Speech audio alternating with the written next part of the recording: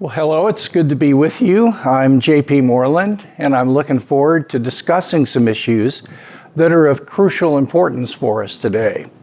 I'm sure that if you've gone witnessing, you've had somebody say to you, well, listen, you can't prove that scientifically. And the assumption is that if you can't prove it scientifically, then I'm sorry, but you can't know what you're saying is true, and nobody can. And I'm just not the sort of person to accept something on some kind of blind faith or just brute superstition. And so there is this idea that is in the drinking water today that science and science alone carries the authority to define reality and truth to all of us. This raises then the question of how should we Christians integrate what we hold to be the true with the deliverances of the sciences, and how do we integrate the two? How should we understand the relationship between science and Christianity? I'd like to talk about that and maybe give you some tips and recommend a reading for you during our session right here. But I want to begin by giving you another little story. And I'd like to read from something called the California Framework. The California Framework was passed into state law years ago, and it governs the teaching of science in the public schools. And in the California Framework, there is it's a manual that is given to administrators and teachers, and in one particular place, there are instructions for what a teacher is supposed to do if a student comes up and protests the teaching of evolution because they hold to some kind of creationism or intelligent design. And here is what the California Framework says. See if you can catch what is most important about what this quote tells us. Quote, "At times, some students may insist that certain conclusions of science cannot be true because of certain religious or philosophical beliefs that they hold. It is appropriate for the teacher to express in this regard, I understand that you may have personal reservations about accepting the scientific evidence. But it is scientific knowledge about which there is no reasonable doubt among scientists in their field. And it is my responsibility to teach it because it is a part of our common intellectual heritage." Now, did you catch what was going on in that quote? And by the time we're finished today, you will have eyes to see what is really being said here, because the fundamental issue in the California Framework is not the relationship between creationism and evolution. It goes much deeper than that. Listen to the words that are used to describe science. Certain conclusions. So science can reach conclusions. Scientific evidence. Well, apparently science rests its conclusions on evidence. Scientific knowledge. Science actually gives us knowledge of reality about which there is no reasonable doubt. It is part of our intellectual, not emotional or not faith, but our intellectual heritage. Now, you can see that science is described in very deeply cognitive terms. It is considered to be a source of knowledge. It is based on evidence. It is beyond reasonable doubt to hold to what scientists tell us is the case. And evidence and reason and intellectual responsibility are all a part of what it means to adopt scientific methods. Now let's contrast that with what is said about Christian beliefs. These are called religious beliefs. They're called personal reservations. And the idea here is that if you have, let's say, a creationist view, then these are your privatized personal beliefs, and they may give you personal reservations, let's say emotional resistance to accepting scientific facts. But all religion is ultimately a matter of personal inner feeling and emotion and arbitrarily chosen beliefs. So you see the pecking order between science and theology or Christian claims. Science is at the top. It gives us knowledge, it's evidence-based, and it's reasonable. Christian claims, on the other hand, are private and personal. They're what your family tells you. They're what you choose to believe without any basis. As Michael Shermer, a leading atheist, said recently, faith is believing something in the absence of any evidence at all. Now, that's a very convenient definition for an atheist, but it certainly is not biblical, and it hasn't been held in the history of the church up until about the last 100 years. So you see the real issue here that is involved in trying to figure out how to relate our Christianity to science is to understand that this is primarily an issue about knowledge and knowledge claims.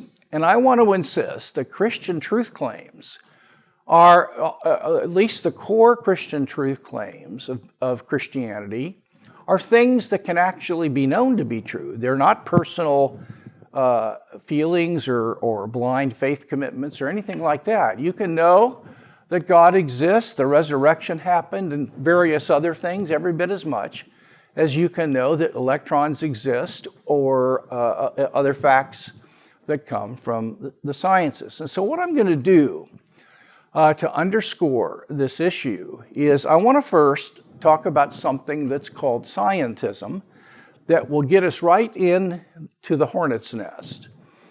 Then I'm going to talk about the impact that science and scientific discoveries have had on Christian truth claims, and I will include problem areas, and you'll see something I think very interesting when we take a look at that. And then I will close with a couple of issues that I think would be helpful for you to understand as you're going forward. Now, I've written a book on this, and it's called Scientism and Secularism. It came out about 1.5 years ago, and a lot of what I'll share can be found in that book. And so let's dive in and see what we can learn. First of all, I'd like to talk about scientism.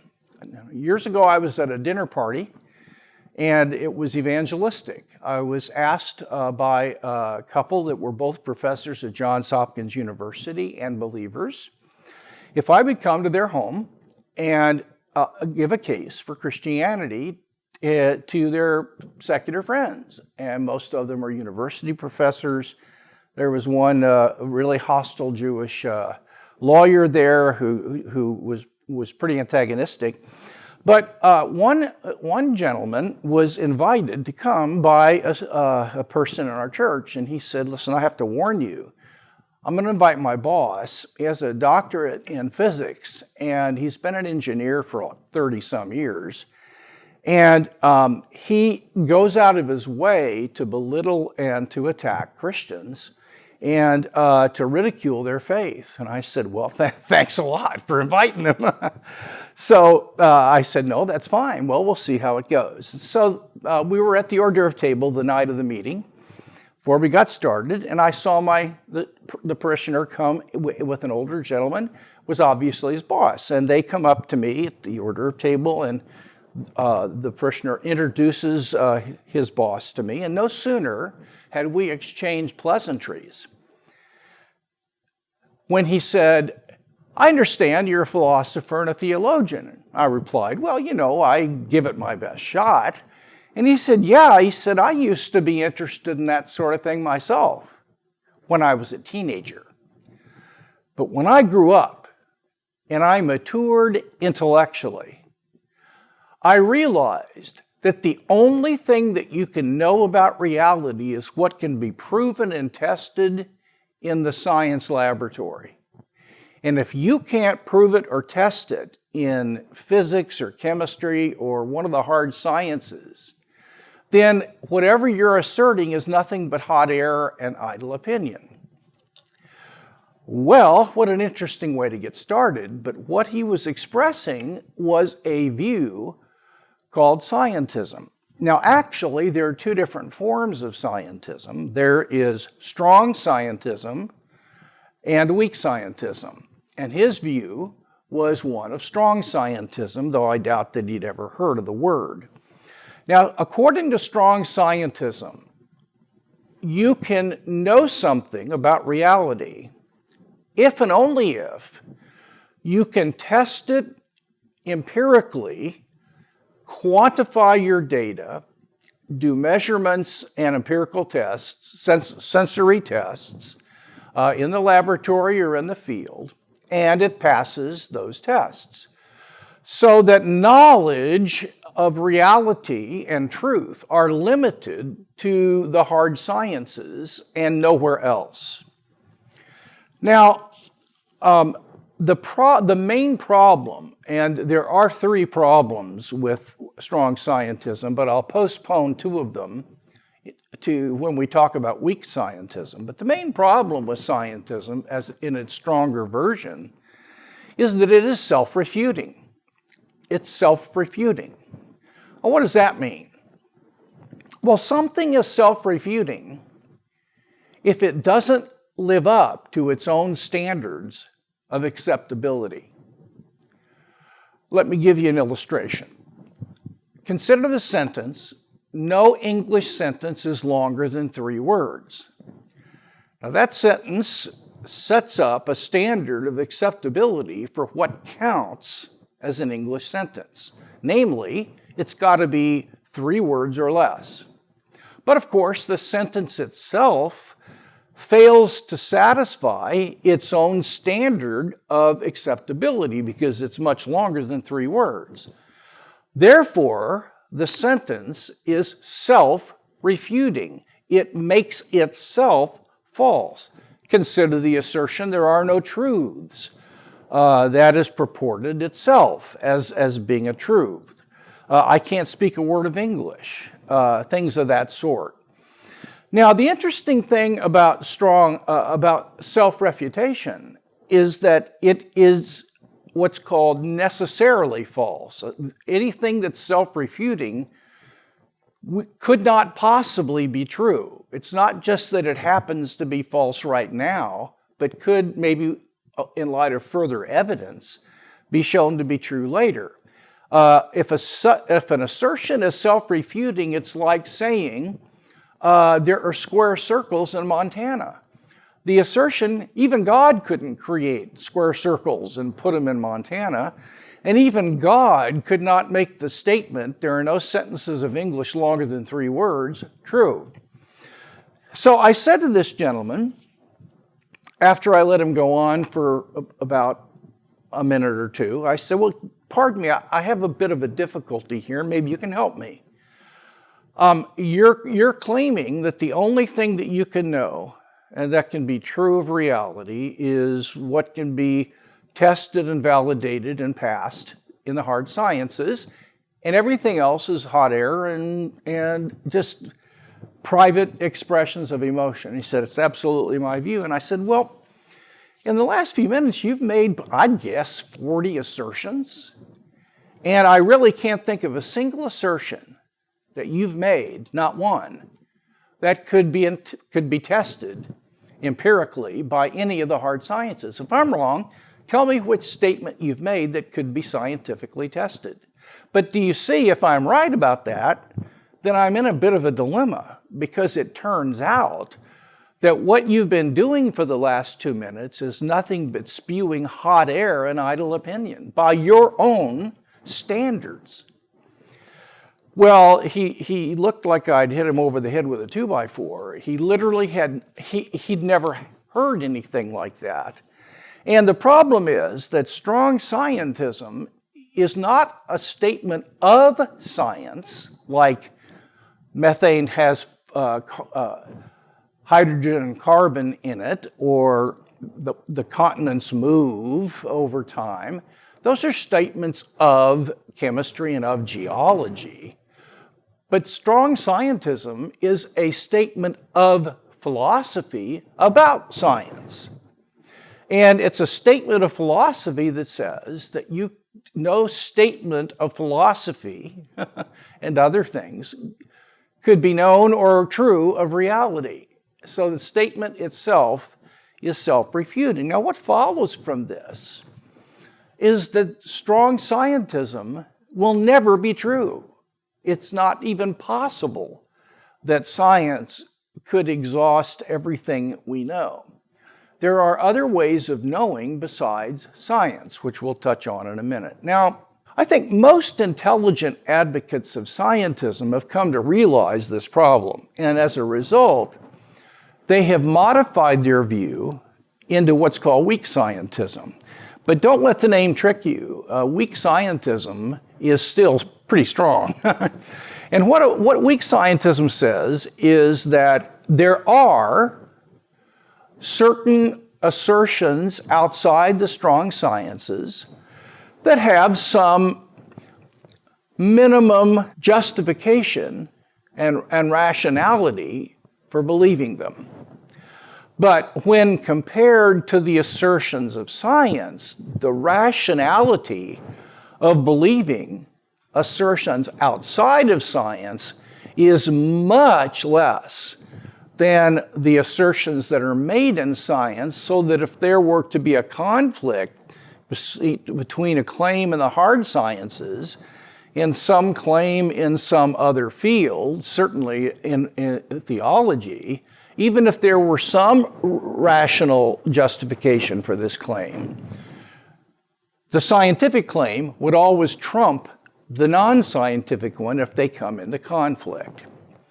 So the weak scientism really amounts to being pretty much the same thing, though it is not self-refuting, because it allows for there to be a certain amount of justification for claims that are outside the hard sciences. Now, does that mean that weak scientism can withstand intellectual scrutiny? Well, the answer actually turns out to be no. Let me give you two problems that I think undermine weak scientism and also strong scientism, but we'll look at weak scientism. First of all, weak scientism does not allow for the stating and defending of the presuppositions of science itself. Therefore, by not allowing for the stating and the defense of the assumptions that underlie science, strong scientism actually takes down science itself, because science is no better than the assumptions on which it rests. Now, that was a mouthful, so let me give you an example. I think it should be obvious that if a theory or some viewpoint is based upon a set of assumptions, then that theory cannot be any more rational to believe than the assumptions on which it's built. If the assumptions are weak, then the theory is going to be even weaker. If they're strong, then the theory could be strong, but it won't be as strong as its assumptions. And the assumptions of science are not statements of science, they're statements of philosophy, as we'll see in a second. Every single one of them has been criticized and is being criticized by major sectors of the university today.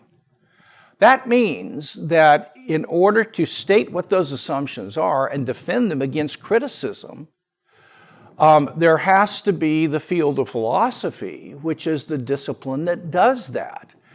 Thus, the philosophical statement and defense of the assumptions of science has got to provide us with a greater rational set of truths than science itself. Let me give you some illustrations.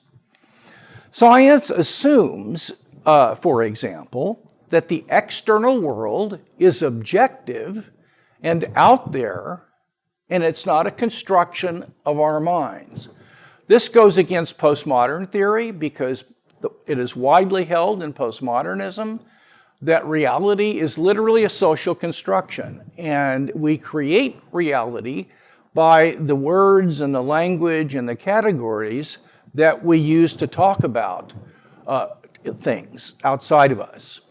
And so the external world as objective is being criticized, and what you have to do is to state what that means and why we should hold that the constructivism is not true and those who hold the world as objective is true. Now, you may think that's not a huge deal, and maybe it isn't, although it is for some people. The point is just that if that's false and there's no real external world, then I don't know what science is doing. And in order to state and defend that idea, as commonsensical as it may be, it's just not a scientific issue. It is a pre-scientific issue. Another example would be the fact that the world is orderly, and that is true especially of what is called the world's deep structure. Now, let me explain what I mean by a deep structure. When we look at the world, we see things with our unaided senses. So the world that we see when we just look around is sometimes called the manifest image. And that means that tables appear to be completely solid without any spatial gaps inside of it. The top of the table is colored, and apples have a certain taste and smell to them. And so there are these visible phenomena that we see when we use our senses in an unaided way to just look and hear and smell what's around us. But now what science does is it seeks to discover powers, things, forces, laws that are beyond what our senses can detect and that are responsible for what we see in the manifest world. So, for example, science postulates that there are things called quarks or strings or electrons. They posit that the world of quantum reality and even the world of chemistry and subatomic particles that are beyond the senses constitute the deep structure, the world that is underneath the one we see, that really is what governs the visible things around us. Now, what the assumption is that when we study the deep structure, that deep structure will be governed by orderly laws that we can discover. And in fact, that those laws will conform to what's called the principle of simplicity. That is, if you have two competing laws that do an equally good job of explaining what we can see visibly, but one is more complicated than the other, prefer the simpler to the more complicated. Now, what's odd about that is that means that the laws that are part of the very deep structure that are beyond our senses is not only orderly, but it seems to obey a value, in this case, a rational value. Namely, the one ought to believe simpler to more complex theories, all things being equal. Well, that raises the question of values and the orderliness, but these are not scientific issues. They're assumptions of science. Another assumption is that objective truth exists, and truth should be understood as correspondence with reality. Some form of the correspondence theory of truth is the correct one to adopt. I won't go into that, but that's an assumption that is not something science can resolve. There are debates about what truth is, and there are different theories, and that debate's philosophical. It's not scientific. The reliability of our faculties as apt for gaining knowledge of the external world. This has become an increasingly difficult thing to justify without God, because if evolution, and if God doesn't exist and evolution is what brought about the intellect and the brain and the five senses that we possess, those faculties were formed and preserved not because they were able to gain truth about the world, but because they were able to help us reproduce, fight, get away from danger, and to enhance our survival value. Now, I don't have time to explain this, but just think about this. You don't need to know the truth about reality to survive. Consistently false beliefs will help you survive as much as true beliefs.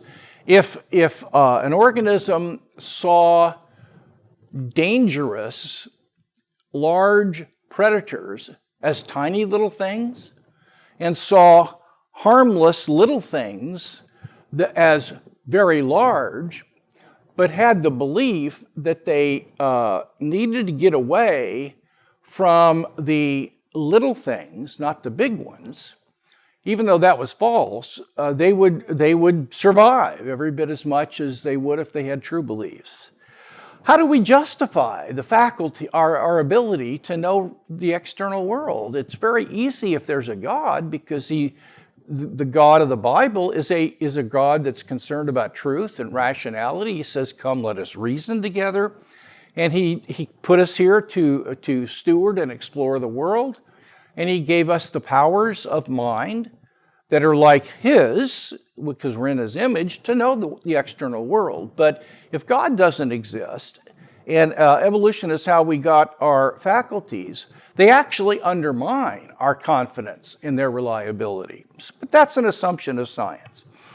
I could go on, but I might also say that science assumes logic and mathematics, the laws of logic and the laws of mathematics. You can't do science without logic, and you can't do science without mathematics. The problem is that you can't know logic and mathematics by empirical scientific tests. Logic and mathematics are what are called a priori disciplines. That's A, and the next word is priori. They're a priori fields. That means that the truths that we find rational in logic and mathematics don't depend on the five senses for their justification. In fact, we know certain laws of logic and math by what is called rational intuition, by an ability of the mind to actually to be aware of things that can't be seen, touched, tasted, smelled, or heard. Now, the problem is that logic and mathematics provide truths that we know with greater certainty than we know the truths of physics. I mean, I'm more certain that 2 and 2 is 4 than I am that there is such a thing as electromagnetism. So the truths of logic and mathematics are presuppositions of science, and they are not known by science. Science has to assume them. They're known in a way that does not involve the senses.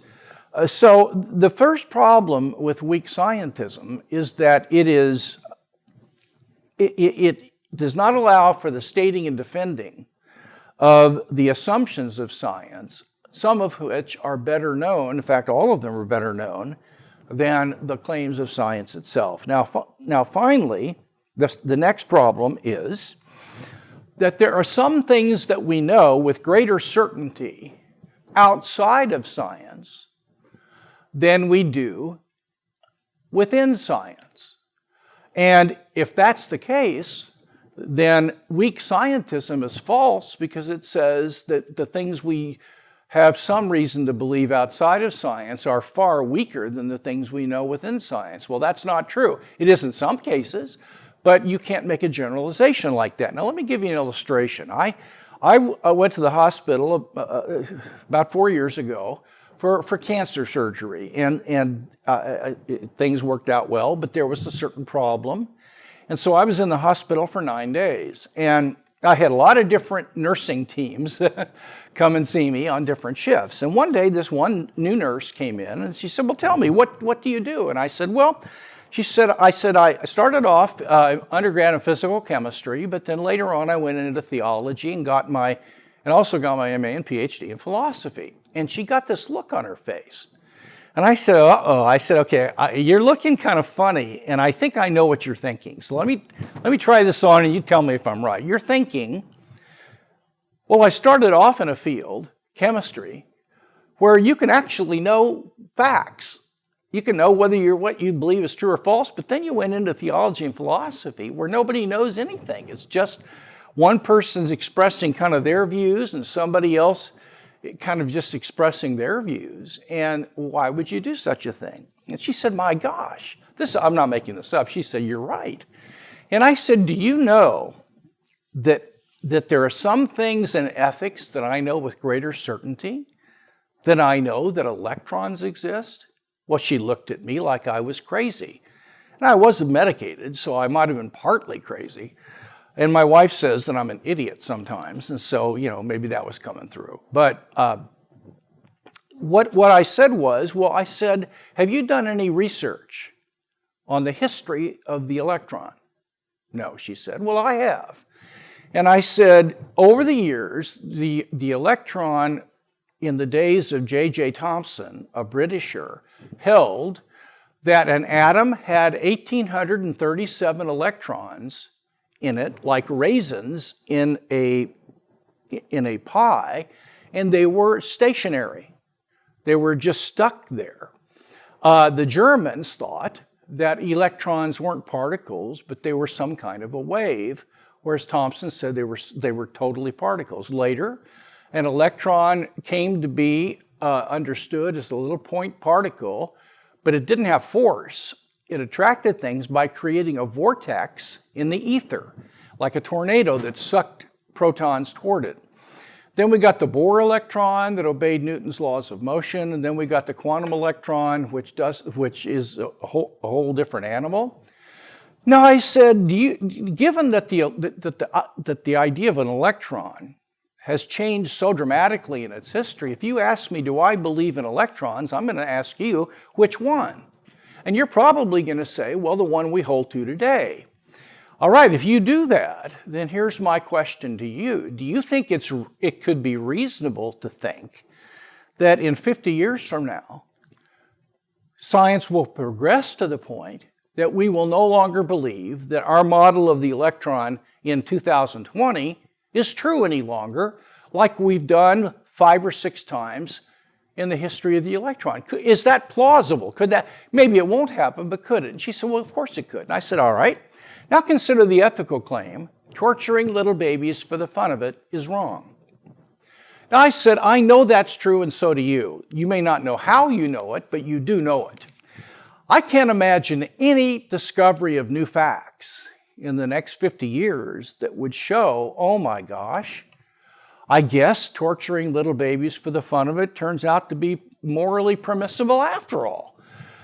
I have greater certainty about that ethical assertion being true than I do about whether electrons exist. And so the problem with weak scientism is that by saying the claims of science are always stronger than those outside of science, it fails to take into account things like I just shared, plus the laws of logic and mathematics. Well, so much for weak and strong scientism. let's go a little further and take a look at the direct interaction of science and Christianity. And I'd like to make 3 points on this. First of all, in my opinion, at least 95% of scientific claims have absolutely nothing to do with Christian claims. They're irrelevant. So, like I've said, suppose that a methane molecule has 4 hydrogen atoms in it with a carbon atom bonding them together. Now, I don't care as a Christian when I claim Jesus rose from the dead or God created the world or that there are certain moral truths. It doesn't make any difference to me as a Christian whether methane's got 4 hydrogens or 50. I don't care. What has that got to do with anything? Similarly, Christian truth claims don't have anything to do with science, most of them. I mean, should the church have elder rule, or should it be a kind of more of a democratic rule? What about spiritual gifts? Are they all for today or not? How's science going to have anything to do with that? So the point I want to make is that most of science and religion operate in different spheres of reality, and they don't have anything to do with each other. Now, I would say, and I'm guessing, but about 5% of scientific claims and theological claims directly interact with one another. When that happens, I believe at least 3% of that 5% is when scientific claims support Christian claims. Let me give you an example. The discovery of the origin of the universe by science. That underscores the Bible's teaching that the world had a beginning, and no other civilization in the ancient world held that. The fine-tuning of the universe, it's the delicate balance of all the constants of nature that are on a razor-thin balance so life could appear. The origin of life has become much more difficult the more we've learned about how complicated life is, because it also involves the origin of information. And most think that information is not physical. So you're getting information by just rearranging matter, and this has become a real problem, and it underscores the Christian idea that God created directly the first life. The origin of what's called irreducible complexity, the origin of consciousness, the Cambrian explosion, which is an event that happened millions of years ago, in my view, and where most of the major animal phyla appear in the fossil record fully formed without any precursors, and it's sometimes called the Big Bang of biology, where there is no explanation for this scientifically. So I want to suggest that these and a whole bunch of other things, they've discovered in psychology that one of the greatest tools for mental health of anything you can do is expressing gratitude. Well, an atheist can't express gratitude except to somebody else, but he can't be grateful for sunset over Maui. He can like it. He can be happy about it. But listen, that's not what psychologists have discovered. It is the expression of gratitude, recognizing something as a gift given to you, that is what's conducive to mental health. Well, that means there's got to be somebody out there, it seems to me, to whom you give gratitude. And the Bible is filled with exhortations to rejoice and to be grateful. And so science is discovering things the Bible has taught all along. Now there are, I would say, 2% of scientific discoveries that are problems for Christianity. Now here's what's interesting. Almost none of them has anything at all to do with arguments for God's existence or the historical reliability of the New Testament and the resurrection of Jesus. That is, these discoveries that tend to count against Christianity don't have anything to do with the core claims of Christianity about God's existence and the deity and resurrection of Jesus. Instead, they almost all, with some exceptions, but most of them target the early chapters of Genesis. Problems with the age of the universe. Problems with a lack of evidence for a worldwide flood of Noah. Some have had difficulties with there being an Adam and Eve because they think that the modern day gene pool is too diversified to have come from two individuals. And there are counter arguments to that. I'm just saying that that's a problem that Christians have to try to find a solution to. And other things in archaeology. And so what we have are discoveries that count against biblical inerrancy, the reliability of all the truth claims of Scripture, and that's an issue, but they don't count against whether God exists or not. And so the relationship between science and Christianity is not a warfare. Sometimes it is, but sometimes it's a mutual support. And most of the time, they're doing their own thing without having any reference to one another. So don't be thinking that science is constantly showing that Christianity is not true. It's actually the other way around. All the scientific discoveries relevant to God's existence and the historical reliability of the New Testament documents virtually all of them are supportive and not negative. The negativity comes in when we're trying to defend the doctrine of biblical inerrancy. That's an issue, but it's not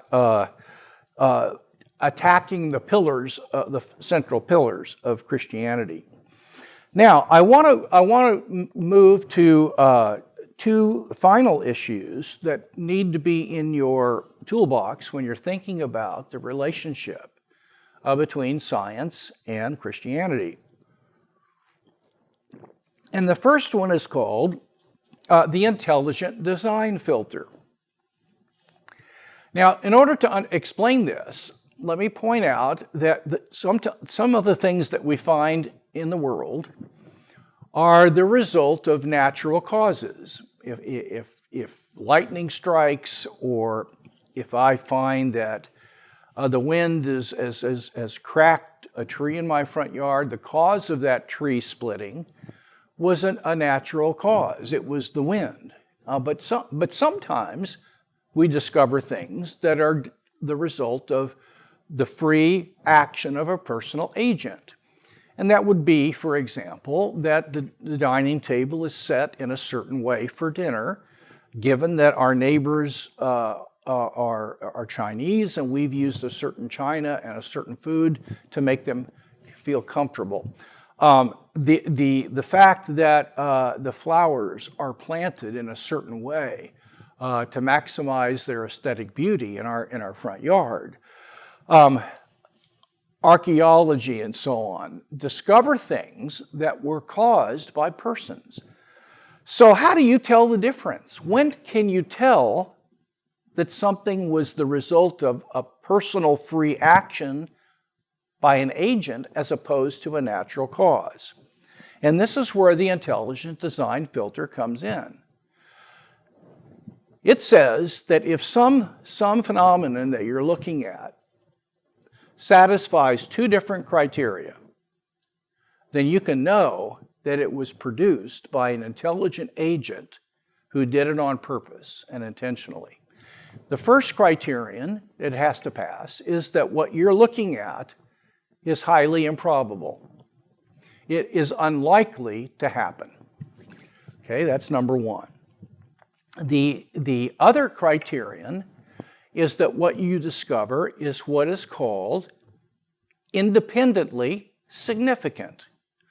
Now, what in the world does that mean?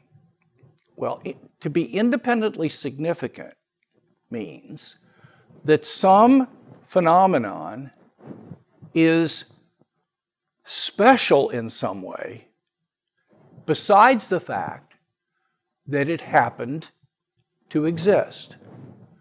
Now, you have to illustrate this. Suppose that I'm playing bridge and we have a $500 pot. Whoever wins the bridge game wins the $500. And lo and behold, I deal the cards and I deal myself a perfect bridge hand on the very first deal. Now, was that random, or was it done on purpose, intentionally by an agent?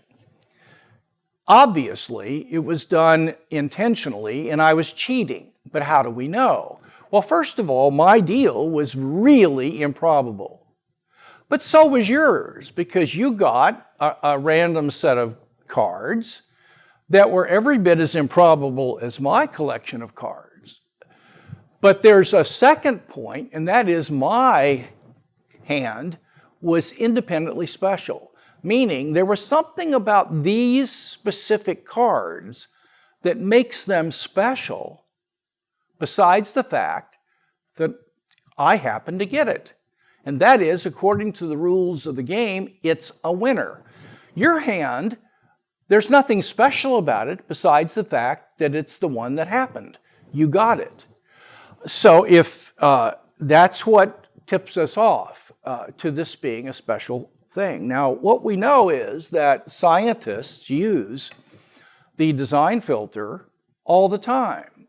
In forensic science, if they find out the wife dies by some highly improbable event, she drives off a cliff, but her car was brand new and that wasn't a dangerous place, and there was no rain or any dangerous conditions, well, they're going to say, I admit that this is unlikely because that part of the road is safe and there aren't accidents there. But then if they find out that her death is special besides the fact that it happened, namely, they find out that her husband just took out $1 million insurance policy on her. He had tickets for 2 weeks later to Hawaii with his secretary, and they discovered all that. Then her death is not only improbable, but there's something that marks it out as special besides the fact that she died. Namely, it's going to reward this husband with a ton of money. He's going to be free to marry his secretary and not have to worry about his wife in a divorce proceeding. When that happens, this was murder. Now, you can apply the same thing in science, and this happens in archaeology, in forensic science, in psychology, in the search for extraterrestrial intelligence. They've been able to discern if they found a certain signal, it would have to have a personal agent behind it because of the design filter.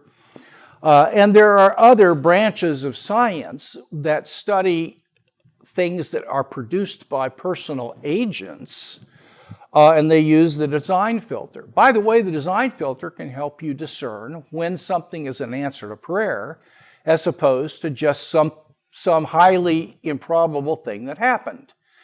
Namely, if there's something special about that highly improbable event, for example, you had prayed for it, then its happening clearly was done on purpose by God because it was improbable, but it also matched something that made it special. Namely, it was exactly the outcome you'd prayed for, quite independently of it happening. So that's a little tool that I use in my own life. So the intelligent design filter has been used to argue that the origin of life and a whole host of other things are best explained by the action of an intelligent designer and not by naturalistic processes.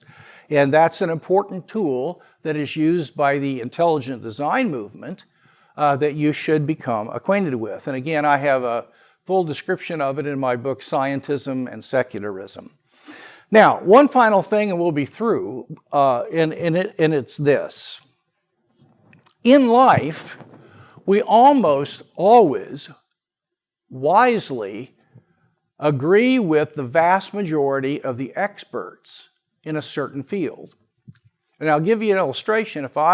If my daughter had cancer and we took her to an oncologist and asked what should we do, and the oncologist said, well, the statistics show that 98% of oncologists would recommend this treatment, and there are 2% that would recommend another treatment.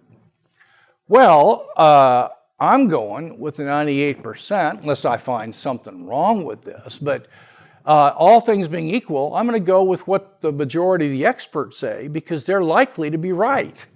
And I would do the same thing with buying, whole term insurance as opposed to whole life. What do insurance salesmen say about this that aren't biased in what they're saying? So in my life, and I suppose in yours, we tend to go with the majority of experts when we make decisions about areas we don't know a lot about ourselves. But now when it comes to the naturalistic theory of evolution, and for me theistic evolution as well, I do exactly the opposite. I don't go with the majority. Now, am I cheating? Am I not being consistent and following my own principles that I use everywhere else in life? But when it comes to this issue, I can't allow myself to be consistent because I don't like the conclusion. No, not at all. As a matter of fact, there are times when it makes more sense to go with a minority view than with the majority opinion. Now, when does that make sense? Well, I want to suggest when three things are present, you should go with the minority and not the majority. And the first one is, we can explain why the majority agrees due to theological and sociological reasons and not evidence. We can explain why the majority agrees based on sociological and theological considerations, and not because the view they agree on best explains the evidence. Now, when it comes to evolution, and I've studied this, and I have references if you want to look into this in Scientism and Secularism, but it is recognized now by world-class historians of science that aren't believers, Neil Gillespie, for example, who has argued that there were really two reasons why evolutionary theory in one generation became accepted by virtually the entire scientific community, and creationism was abandoned. And he said there are really, the fundamental reason was theological. Darwin allowed scientists to get theologians and biblical scholars out of their faces, and they were able to then do science in a perfectly naturalistic methodology, like chemistry and physics and other disciplines had come to be done with what's called methodological naturalism. That means while you're doing science, even if you are Christian, you don't try to explain scientific data by appealing to God or anything. You use purely naturalistic processes and laws to explain things. And so Darwin was able to give biologists and paleontologists and other related disciplines, he was able to naturalize their fields and make them entirely empirical and naturalistic and get theology out of it. And scientists liked that. They liked that. Secondly, the socialization of scientists. This is still a part of this first point. The bottom line is that I have met so many professors and grad students who are closet intelligent design advocates. And one guy at UCLA said that he had a perfectly testable intelligent design hypothesis for his doctoral dissertation in microbiology, but his supervisor said, do not do this, because if you do, you'll never get your PhD, and I might even get fired here. So I think the way new undergrads are socialized into how to practice their major, geology or neuroscience or chemistry, whatever it might be. And then in grad school, there's a naturalization of the way they're socialized, so that they're taught that the way you do science and gain respect in this community, and as backed by socialized rewards and punishments that reward conformity and punish a lack of conformity, is to adopt a purely naturalistic view of the subject matter. Now, I think that those were the reasons why evolution became widely explained in a way that's far beyond the evidence. Look, anybody who's honest will admit that the neo-Darwinism is filled with a tremendous number of problems. And some of them will never be solved because they're in-principle problems. They're not just the result of where we're at right now.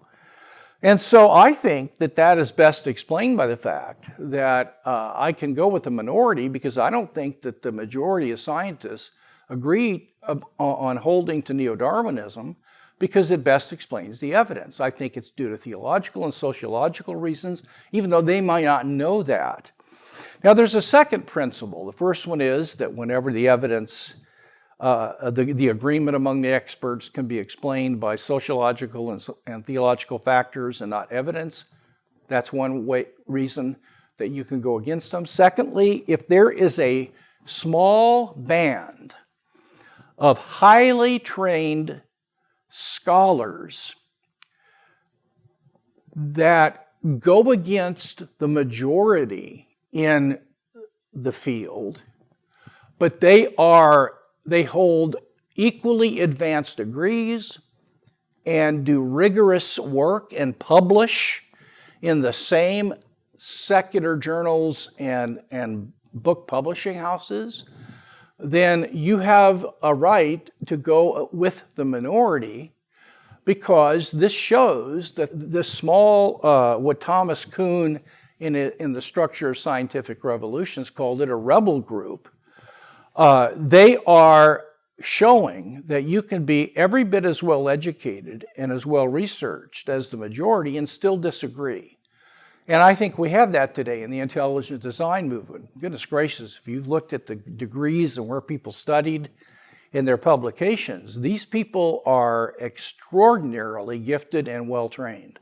So that's the second reason. And then the third criterion is if we have really strong biblical grounds for going with the minority and saying, we know that the majority is against us, but we're believing that things are going to change in the future because we think we've got the scriptures right on this. We've been willing to relook at it, but we think we got it down.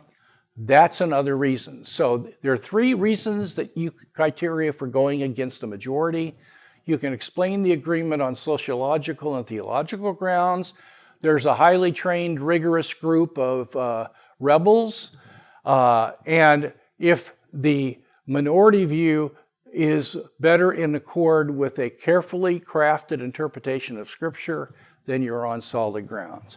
These are some of the ways I think about science and how to integrate it with Christianity. And I just hope this has been helpful to you as you advance in your own thinking on the subject. Thank you.